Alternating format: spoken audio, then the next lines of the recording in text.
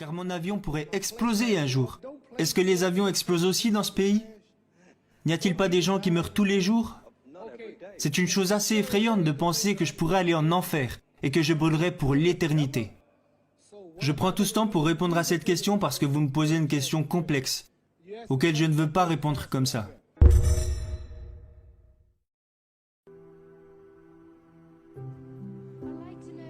Je voudrais savoir ce que vous comptez faire quand vous arrêterez la boxe.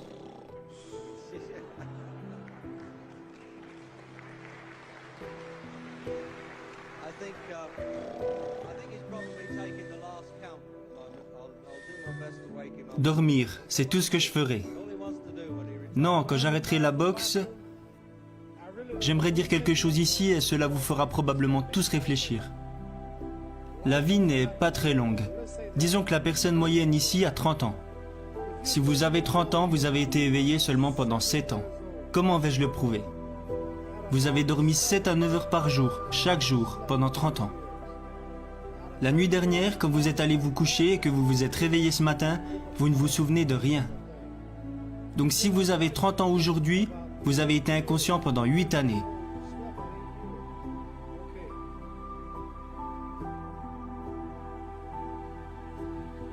Combien de temps avez-vous passé à voyager en 30 ans? Que ce soit pour aller dans un autre pays, dans une autre ville, ou même pour aller à l'école ou à l'église. Vous avez probablement passé 2 ans de votre vie à faire de simples allers-retours. Donc vous avez passé 8 ans à dormir, 2 ans à voyager. Alors ces 30 dernières années sont passées sans que vous ayez eu le temps d'accomplir quoi que ce soit.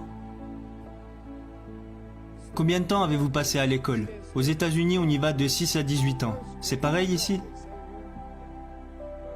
6 heures par jour? Donc 6 heures par jour pendant 12 ans. Si vous faites le calcul, vous êtes resté en classe pendant 3 ans. Donc 2 ans à voyager, 8 ans à dormir, 8 ans à l'école. Combien de films avez-vous regardé? Combien de combats, combien de divertissements, de pièces de théâtre, de matchs de baseball? Disons environ 2 ans de divertissement.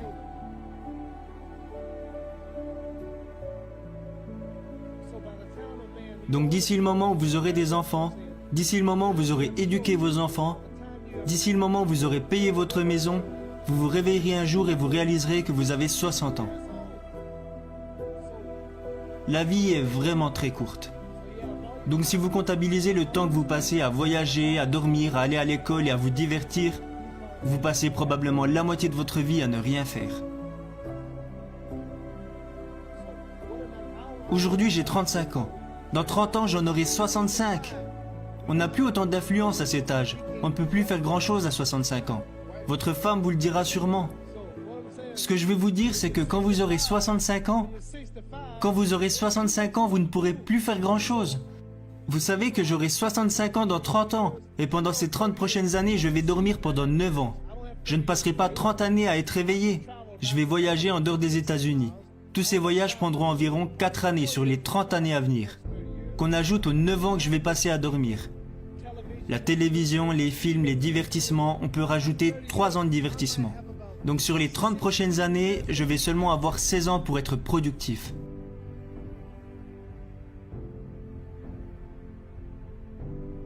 Voilà la façon qu'on peut avoir de découper sa vie. Alors que vais-je faire avec les 16 années qui me restent? Quelle est la meilleure chose que je puisse faire? C'est me préparer à rencontrer Dieu. Posséder des biens immobiliers, développer un business, enseigner la boxe, tout ça ne m'enverra pas au paradis. Combien d'entre vous croient qu'il y a un être suprême, qu'il y a un Dieu? Combien d'entre vous croient en une puissance qui a créé le soleil, la lune, les étoiles? Combien d'entre vous croient que toutes ces choses ne sont pas apparues par hasard, que quelqu'un plus intelligent que nous les a créées? Combien d'entre vous croient en Dieu? Combien d'entre vous croient que Dieu n'existe pas?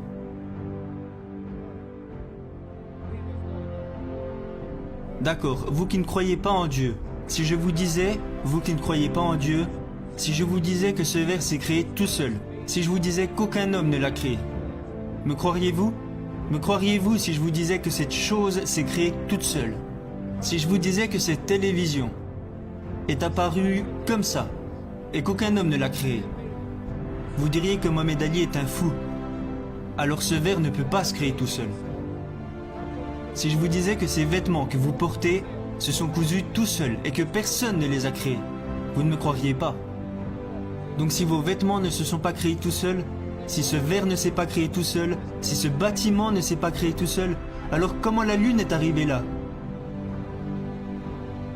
Comment les étoiles, Jupiter, Neptune, Mars, le Soleil, comment la nature, comment tout ça est apparu si ce n'est pas dû à l'intelligence et à la planification du Créateur?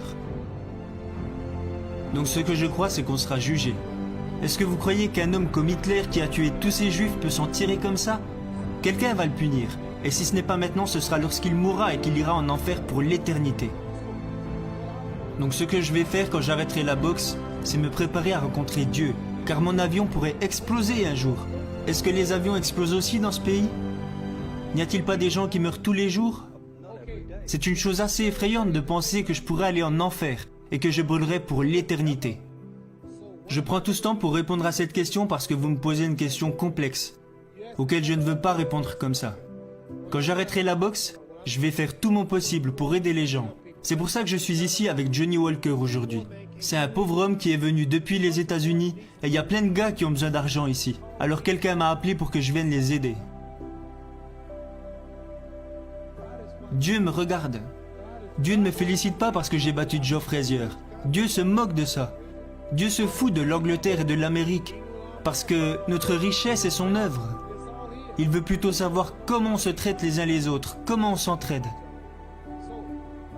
Donc je vais consacrer ma vie en utilisant mon nom et ma popularité pour faire preuve de charité, pour aider les gens, pour les unifier. Les gens s'entretuent à cause de croyances religieuses différentes. Nous avons besoin de personnes dans ce monde pour aider à rétablir la paix. Comme ça, si je meurs et qu'il y a un paradis, je pourrais le voir. Parce qu'on vit combien de temps? 80 ans?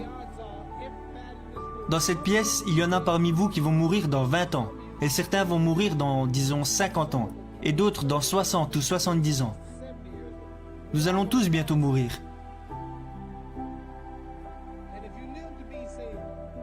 Et disons que vous vivrez 125 ans, ce qui est impossible, n'est-ce pas? Disons que vous vivrez 250 ans. Et que vous décidez de faire l'amour pendant 145 ans. Vous mourrez quand même un jour. Donc nous n'avons pas 80 ans sur Terre. Tout ceci est un test pour savoir si nous passerons notre vie au paradis ou en enfer. Ceci n'est pas la vraie vie. Votre réelle existence est en vous. Votre corps vieillira, vous aurez des rides, vous perdrez vos dents, vos cheveux tomberont, votre corps se fatiguera, mais votre âme et votre esprit ne mourront jamais. Parce que votre corps sert juste à abriter votre âme et votre esprit. Donc Dieu nous teste en observant comment nous nous traitons les uns les autres, pour savoir s'il nous enverra en enfer ou au paradis. Donc toutes ces choses physiques ne durent pas. Les voitures, les bâtiments, même ce bâtiment, le gars qui l'a construit va un jour mourir. Il y a eu beaucoup de rois et de reines d'Angleterre, ils sont tous morts. Dès qu'un roi meurt, un autre prend sa place. On ne reste pas ici, on est juste de passage, rien ne nous appartient. Vos enfants, votre famille, rien de tout ça ne vous appartient. Si vous mourrez et que vous revenez un an plus tard, allez dormir dans votre lit et vous verrez si votre femme est seule. Votre femme ne vous appartient pas. J'ai divorcé avec ma femme et mes 4 enfants appellent un autre homme papa maintenant. Vos enfants, votre famille, rien de tout ça ne vous appartient. Ce que je veux dire, c'est que la chose la plus importante dans la vie, c'est ce qui se passera quand vous mourrez. Irez-vous au paradis ou en enfer? Parce que c'est pour l'éternité, vous savez. Combien de temps dure l'éternité? Imaginez, prenons le désert du Sahara. Il y a beaucoup de sable dans le désert du Sahara, n'est-ce pas? Imaginez qu'un grain de sable représente 1000 ans. Quand vous allez en enfer, vous brûlez pour toujours, encore et encore, sans fin. Je vais vous donner une idée de ce que représente l'éternité. Allez dans le désert du Sahara et attendez 1000 ans. Et tous les 1000 ans, enlevez un grain de sable jusqu'à ce que le désert soit complètement vide. Ok, vous attendez 1000 ans et vous prenez un grain de sable.